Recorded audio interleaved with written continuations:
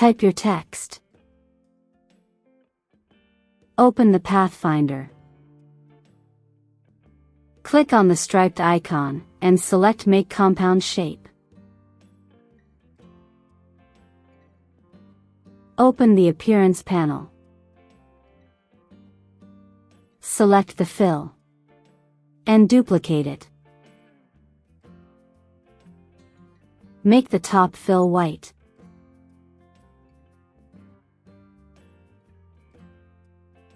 Click on the FX icon.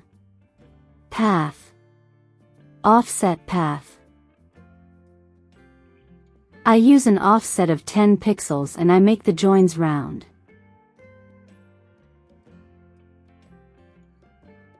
Select the white fill.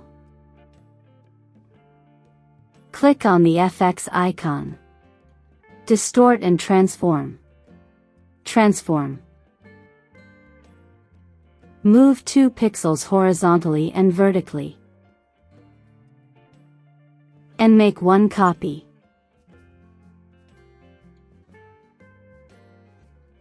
Select the white fill.